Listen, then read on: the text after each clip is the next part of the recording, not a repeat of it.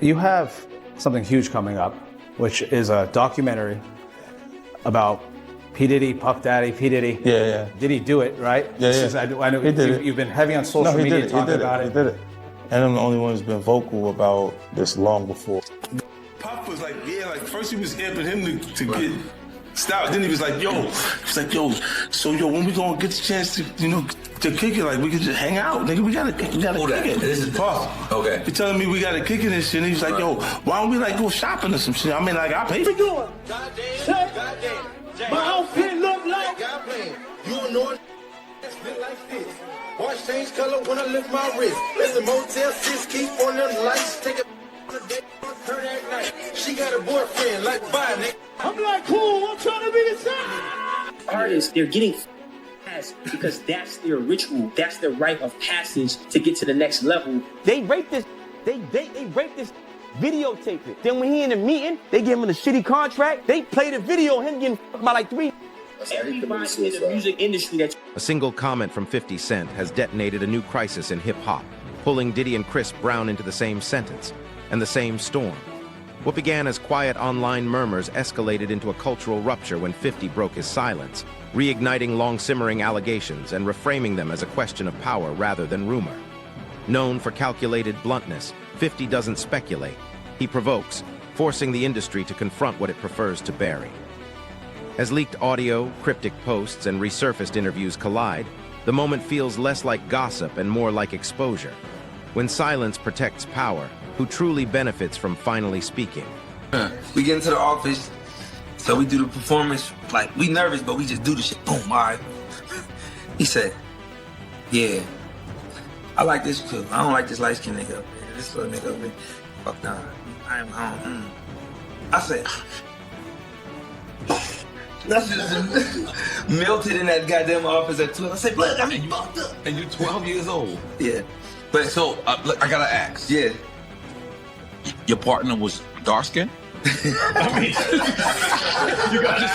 I gotta ask. Before the charts and global acclaim, Chris Brown's path nearly ran through Diddy's Bad Boy Records and stopped cold. Brown has long spoken of idolizing Michael Jackson, not just as an influence, but as a mythic standard of excellence. An early rejection from Diddy could have derailed that dream. Instead, it became a detour that reshaped his trajectory. Brown doubled down, vocally, visually, relentlessly, eventually building a career on his own terms.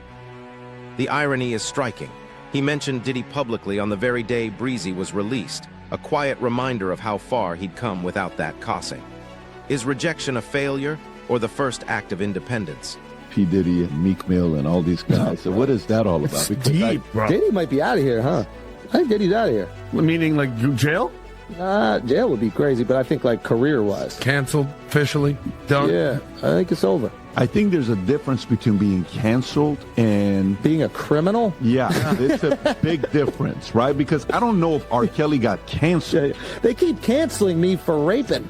Yeah. Yeah, weird. And I'm tired of but that's what I'm saying. Yeah, and I'm tired of people going. I don't think it's canceling. People keep going like, there's smoke and there's fire. No, the house is burnt down, bro. Diddy is that guy. Yeah, like everybody from Cassidy to the stories to the guy that just did the, he went to court and he's suing him and Lil Rod. And it's like, bro, there's a lot of information out there that's not good from his security guy that was Michael Jackson's security, that was the first guy in the scene when Mike died, to allegedly they're saying Diddy shot some dude and left and they just basically cleaned it up for him. It's like, bro, there's a lot of nefarious. How much stuff is going to come out with Diddy and Meek Mills? And bro, it's so crazy too. You guys know this. The moment somebody's like, man, he's done some. From that moment on, every time you see a video and they just turn, you're like, oh, he's gay, dude. What are the actual facts of the story? Like, you've done some content on this? What do you actually know? I don't know that much. I just know that there's like a lot of accusations. There's some, I guess, Me Too-esque stuff. Obviously, there's stuff with Cassie, maybe other people coming out. And, but that being said, I think he just won a lawsuit with his like liquor company. So that he was at a, I don't know if that's even public, but rumors on the street he just won a. He settles racism lawsuit against Yeah, it might be even for like a couple billion or something like that. Oh, that's it. So he basically just got to stay out of jail. And then he can go off into the sunset. Well, he settled with Cassie in like a minute, and that was his girl for like a decade or so. I don't know if he settled with her in a minute. Like, in order for that information to hit the blogs, they're probably going back and forth for a while, and then he's not paying. And they're she's like, I'm talking. Well, I'm going to talk. And then they're like, no, you're not. Okay. And then she did, and now 30 million. Yeah. Just to be like, shh. Within 24 hours. Wow. Yeah. Wow. Not even 24 hours. And then she came back and she said, we were able to settle things out. Or I don't know what the words was she used. But, you know, I'm all these other things that's going on with the guys and Meek. Who called them out, by the way? Forget about Tate. But which rapper was it that went after... is it 50 that he has a problem? Who is the person that always goes after? Well, 50 is always going after. 50 is the man. But 50 is, and if you're on 50's bad side, bro, God bless you, man. May God protect you because he is not letting that foot off your neck ever. Yeah, with Floyd, Ja Rule, Floyd Mayweather, he does not play games, bro. Also, one of the most charismatic dudes I've ever met. No shit. So 50's developing a documentary on Diddy allegations, vows to donate proceeds. Wow. Sexual assault. Can you hold it? When is this? Dude, this guy's a troll. This guy, no, he is unstoppable, man. Yo. This guy. Yeah. This guy. I remember when he was doing the stuff with Mayweather. It's like, here, you know, put the alphabet. I wanted to read a book. One page from a Harry Potter book. Yeah. He was like, I'll donate 100, 500,000. And they were both New They were Yorkers. best friends, though. They were best friends, too. Like, what was really the falling out? Like, that's his business, man. I'll let him explain that to you. But like, they were really close. So that's, I think, is it a public story or no? I don't know exactly. I don't know. I know he talked to me about something, but I let him share his business. Guys, yeah. To me, there's a part about 50 that gives me a man's man vibe, bro. You know, that's the vibe I get from him, and even the way he edifies Eminem. You just gotta love the way he edifies Eminem. You know, just a lot of respect. A loyal dude who really understands people from a young age. From a very young age, understood social dynamics. Like, he told me, he's like, yeah, when I was like 12 or 13, I was raised by like old heads, and I was just observing them. You don't get to talk a lot when you're with the old dudes. You're just kind of watching the power dynamics, watch how things work. Man, he told me some crazy story. I don't know if I can share, but yeah, I don't think he would be upset. He told me some story about, like, you know, when he first got out of prison or something like that. Like, he had like a crew of guys, and you know, he went from being the dude, you know, on the block to potentially being lower now because other dudes rise when you get locked up. But he still had his crew, so he was getting paid whatever he was getting paid to be part of the organization. And he said in the beginning, he started taking all the money that he was making, all the money that he was getting paid, not in the beginning, after he got out, and he would pay it to his guys so his guys wouldn't think that he wasn't still the man. So he's making zero, right? But his guys, he still needed them to realize, yo, he still got it like that. And he just understood at a very, like, basic, primal human level what he needed to maintain the loyalty, the hierarchy, and the power position. And I'm like, you're like 17 at this fucking time?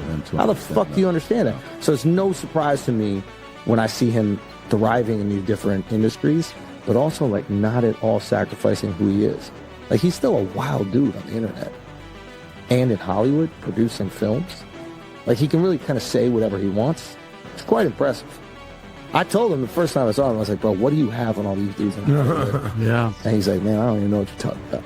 Yeah. Dude, he's that guy. But listen, to me, it stops with Diddy at the Tupac story. That's what stops for me, because you know, you go down the rabbit hole and you're just curious about a topic and a story. You keep going down, and then you bring detectives and you're talking to guys that were involved, and eventually like, yeah, no. And I was a kid, 3 days, I would say, in high school was like days that I was startled, confused, in pain, hurt.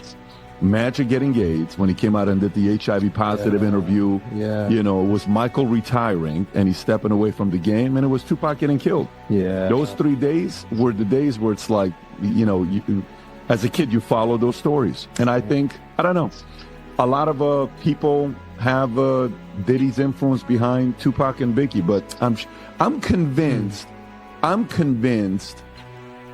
I'm convinced guys like 50 probably have.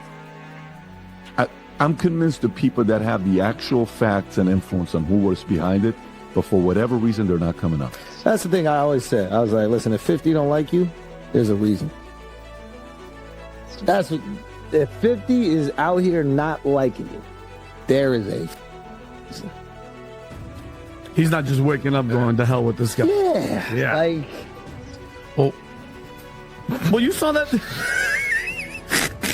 You know what I mean? And by the way, and you saw the interview where they were interviewing 50, and he's like, it's a podcast, and he's like, this dude during a podcast with 50, and Diddy was like, yeah, daddy, let's go shopping. And he's like, what are you talking about? Yeah, I'm not gonna let another man take me shopping. What are you talking about? And like, he just doesn't play these games. He just is upfront and honest, and he doesn't play. But that's a really good point. 50 don't like you, man. There's something I'm looking into it. Yeah, exactly. I'm looking into it. Is this it? Is this when he said that? Yeah. I looked at him like, what you just say? Let me move, man, before I do something. You're going to make me mess up the wedding. Oh, that's a nice gesture. Let me get out. No, dude, take me. That's what a guy says to a girl. I asked 50 about that. And he said you did the same thing to him. You asked him to take him shopping. Yeah. I thought he needed some clothes. He told me to take. Yeah, no, we're good. We're good. Yeah, that's a good response. Though. Well, Schultz, someone that made a cameo in that video right there was your guy, Charlotte. I know you've done a ton of content with him. I think you guys did some content recently when you asked him about the Diddy allegations. Yeah. How'd that conversation go with Charlamagne? What are your thoughts on him? Oh, I mean, Charlamagne's the GOAT, man. Charlamagne's the GOAT. We've been doing Brilliant Idiots, the podcast, for over like 10 years now, maybe 11, 12, I don't even know. But yeah, he's just the man. He's just the man. To be able to like maintain, being at the top is hard, and to maintain your spot at the top for over a decade. Oh no, even longer. I forget exactly how long Breakfast Club's been doing. And people don't even realize, like, growing up in New York, when we were growing up, it was Hot 97 was. Man, this is all everybody listened to. So he comes in, some guy from fucking South Carolina comes in and goes on the competing network that's not even competing. It would be like, what is the minor league team for the Yankees, the one that plays in Staten Island or whatever? Nobody even knows. There's the team there's like the AAA team, whatever. It would be if that team ends up replacing the Scranton Wilkes-Barre Rail Riders, some shit. Yeah. Whatever. Like, that's literally how much of a leap they made. It was, and now Hot 97 is obsolete. Straight up. And I mean, you look at like what's the fact that you guys don't even know it. Like, this was the radio Hot 97 every day. That's my word. Come on, bro. Yeah. Who was it? Who was the... Everybody and their mother was on Flex, there. Angie Martinez, Star and Buck Wild. I mean, it was just... And they would have like Jay-Z. Everybody would go in there, promote, talk, crap. Drive with that whole beef, it was insane. It was unbelievable. And the music that they played was absolutely ridiculous. Yeah. They played all the hot stuff. So if you like this clip and you want to watch another one, click right here. And if you want to watch the entire podcast, click right here. Let's see what we're doing. My outfit look like. You know another this fit like this.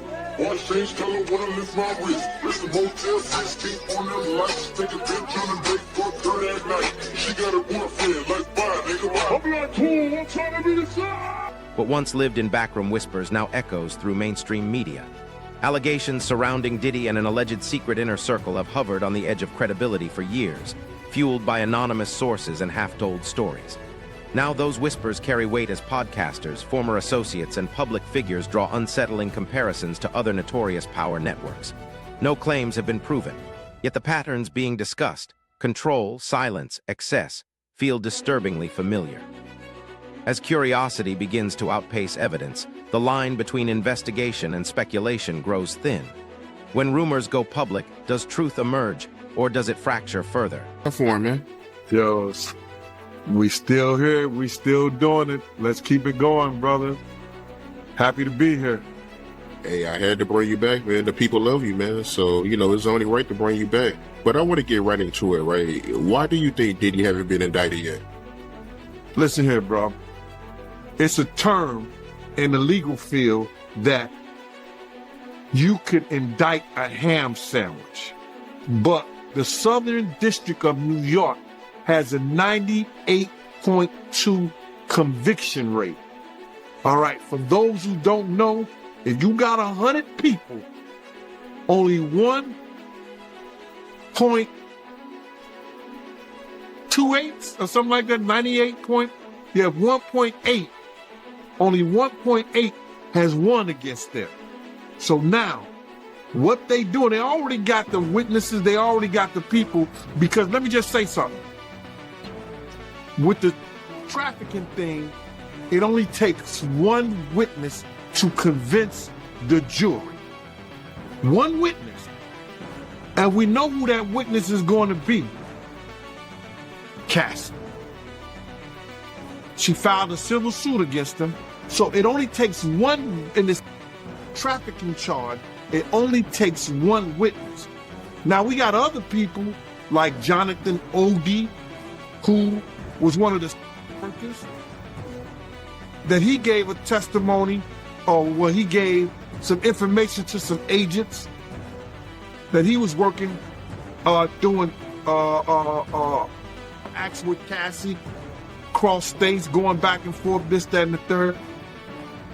So it only takes one witness. So now, the reason they haven't went after him because there's more to get into. It's more to get into. It's not only trafficking, it's the alleged, the guns, the alleged drugs. And I'm saying alleged because they haven't came out with any formal charges yet. But when they come out with some charges, bruh, and you hit it, the Southern District of New York do not play.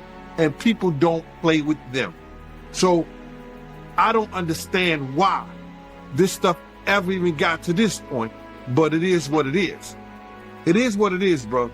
The reason they haven't came down and got him yet, they going through his taxes. You hear what he said? They had all the people that he did business with. That they're gonna go through everything that he did with a fine-tooth comb. And when they set that and they get what they call discovery to his lawyers, he either say, I'm gonna take the time, because if he go to court with it, 9 times out of 10, he gonna spend the rest of his life behind bar. So the reason they haven't did it at this point, it's a lot of paperwork, bro. They got a lot of people working different angles. They got the drug angle. They got the tax angle. They got the, what else? They say the drugs, the tax, and then they got the guns that were found. They got to do a trace on the guns that they were found in the house. And then, if you got 250 cameras, there's a lot of footage that them agents got to go through. So, they got a lot of work to do, bro. They got a lot of work. What they took, how many years to indict Keefe D? They took a lot of years to indict Keefe D. And now he's sitting in jail. So they got a lot of work to do, bro. And it ain't gonna happen overnight. So I would think that probably in the next two months or so, he might be looking at something, bro. And you said that Diddy, he got over 250 cameras? He had over 200, they found over 250 cameras in his house, man. Damn. Allegedly. That's what they were saying. So you do believe that Diddy is going to prison? Oh, he going to jail, bro. And yo, and I don't wish jail on nobody, on the for real. I don't wish jail on nobody. You understand? But they already got their star witness. And you only, for one charge, for the sex trafficking, you only need one witness. One witness. That's crazy. I don't believe R. Kelly, you see what they did to R. Kelly? He went to jail for sex trafficking. He was dating those girls. Those girls was living at his house. Those girls was going back and forth with him willfully.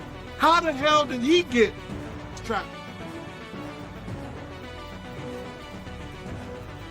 And Diddy don't. Based on Cassie paperwork.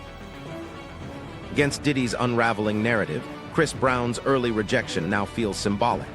His resurfaced story reads less like missed opportunity and more like a cautionary footnote in a larger scandal. Some fans see his near miss with Bad Boy as fate intervening. Others interpret it as fortunate timing, distance from a collapsing center of gravity. Either way, the contrast is stark. Diddy under mounting scrutiny, Brown experiencing renewed momentum. In an industry where association can define destiny, absence may have been Brown's greatest protection. Is survival sometimes about who you never stand beside?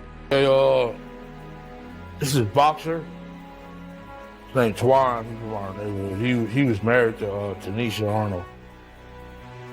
So Brawl played Pam on Martin Lawrence. We went to the party with her. I mean, it was a matter of fact, it was a Set It Off party.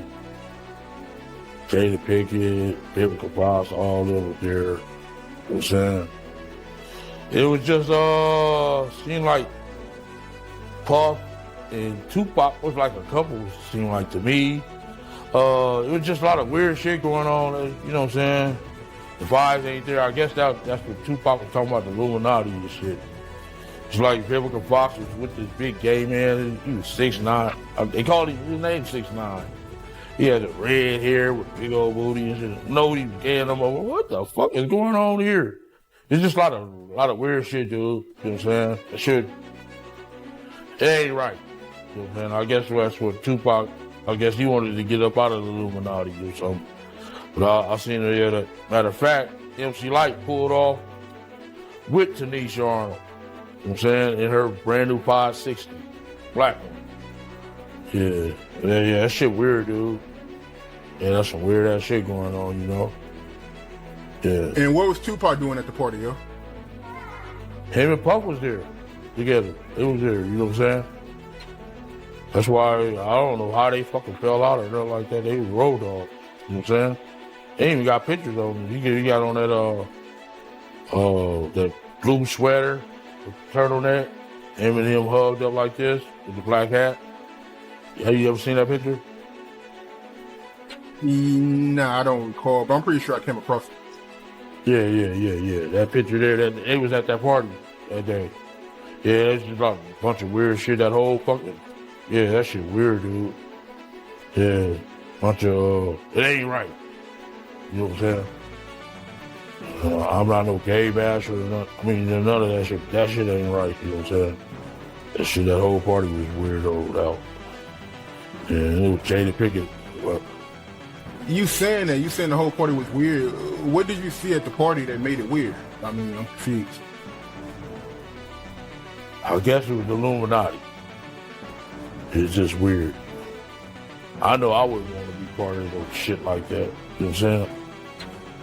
You know, I'm from the old school, dude, and that shit wasn't really tolerated with my generation. You know what I'm saying?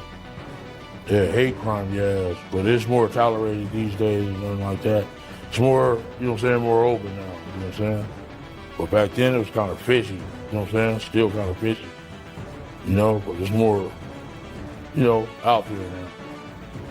The incident y'all had with Warren G and Kid Frost. Tell me about that, my man.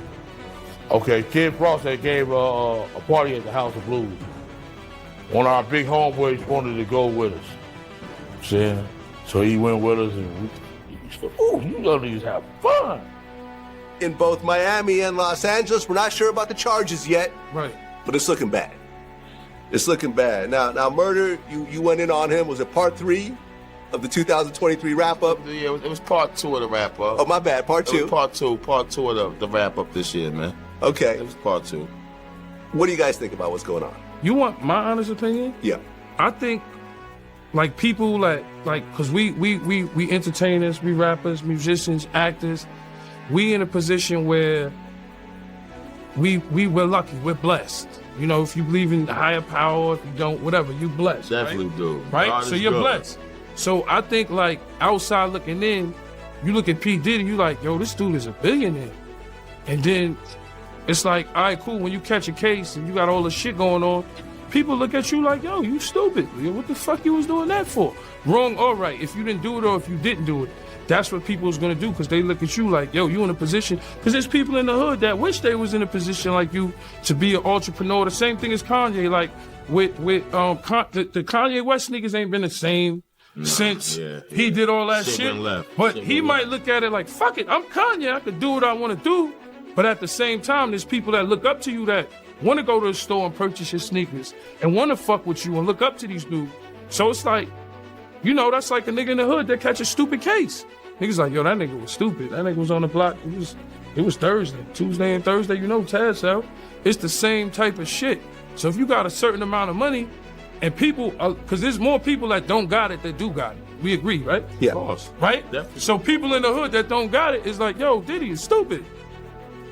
That's what niggas is gonna say. Because they wish they was in a position where they was a billionaire. And then you're gonna have niggas that side with them, industry niggas that got money with them, and it's gonna say whatever they wanna say, politically correct. The shit about me and Murder and 50 is we not politically correct.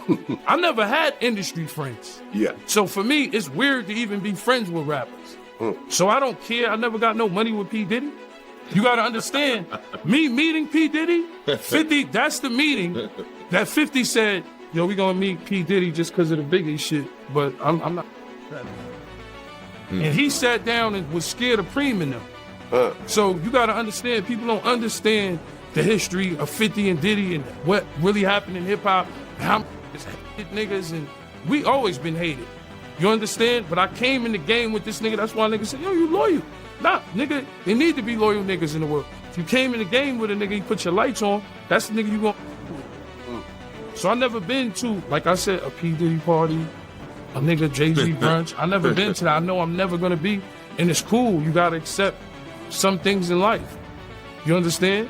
But with P. Diddy, like, come on, nigga. Like, what do you think is gonna happen when you got $1 billion and you just fucking with random hoes, supposedly? When 50 Cent speaks, it's never accidental and rarely harmless. With calculated humor and unmistakable menace, he reframed the moment not as scandal, but as structure. How power maintains control through fear, favors, and enforced silence. His references to additional tapes weren't threats. They were reminders of leverage. 50 isn't chasing attention. He's challenging hierarchy, exposing how untouchable figures remain protected for decades. In shifting the focus from individuals to systems, he forces a dangerous question into the open. If power depends on secrecy, what happens when secrecy collapses? I'm sorry, I'm a little upset about it, because Al B. Short just came out of his coma, and I've been talking to Al, and we've been texting back and forth, and I'm just glad that he's alive. Text. Yeah. Yeah. Yeah. But when you think about Kim, I was thinking to myself the other day, Uptown Records started with 5 people. Andre Harrell, Al B. Short, Heavy D, and Puffy. And Kim was the longest working employee because she was there from the very beginning. She was Andre's personal assistant. Kim's dead. Heavy D is dead.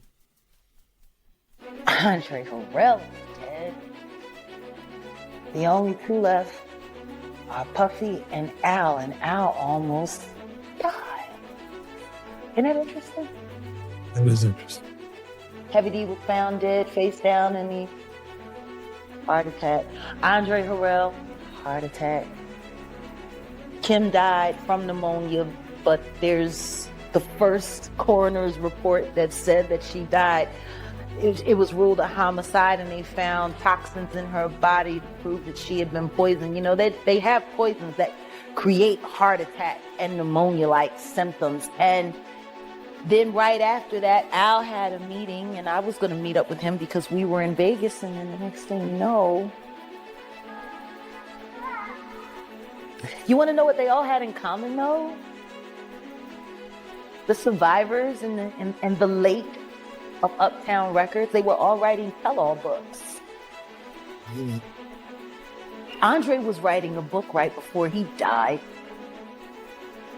Heavy D was working on a book before he died. Kim Porter was working on a book before she died. And Al B. Sure was working on the documentary of his life. And then he goes into a coma. Has Puffy ever been in a coma? Has anything happened to him? He must be the luckiest motherfucker, because it seems like everybody that worked at Uptown Records from the very beginning. Come on. Just him. I guess Al disappointed you. You know, I speak for a reason. When you see this bullshit ass game, people that you love, that you like, you know, it's too many coincidences. Too many. You. Honeycomb. Oh. Stamp it. We gonna get you and your little dog too. And congratulations, young man. Run as fast as Cassie did. Has anybody asked themselves about that shit? I mean, yeah, I'm sure a lot of people are asking about what's going on with it. Yeah, a lot of people are looking at it as like that's the way the new relationship should work. What, to get paid? Yeah, She was getting $500K a month. She quit because he dropped her down. Yeah, I think that's where they're at with it now. No, but understand this. Think about this. And there are women in this room. Why would you quit? What is going on that $250,000 ain't enough? Ladies? Like, fuck the fact that he... I'm just saying, the fact that he cut it from 500 to 200. Who the fuck gives a shit? 200K? Who 250K? Who turning down 250K a month? What the f is going on in that relationship that 250K ain't enough? Could see some things. That ain't worth 250K. That's gotta be some dark shit. Like, people are not understanding that girl quit 250K. 4 million every quarter. Well, I'm sorry, $1 million every quarter. Now, she was getting $2 million a quarter, but then she got, you got going on. That's so deep that it ain't worth $1 million a quarter.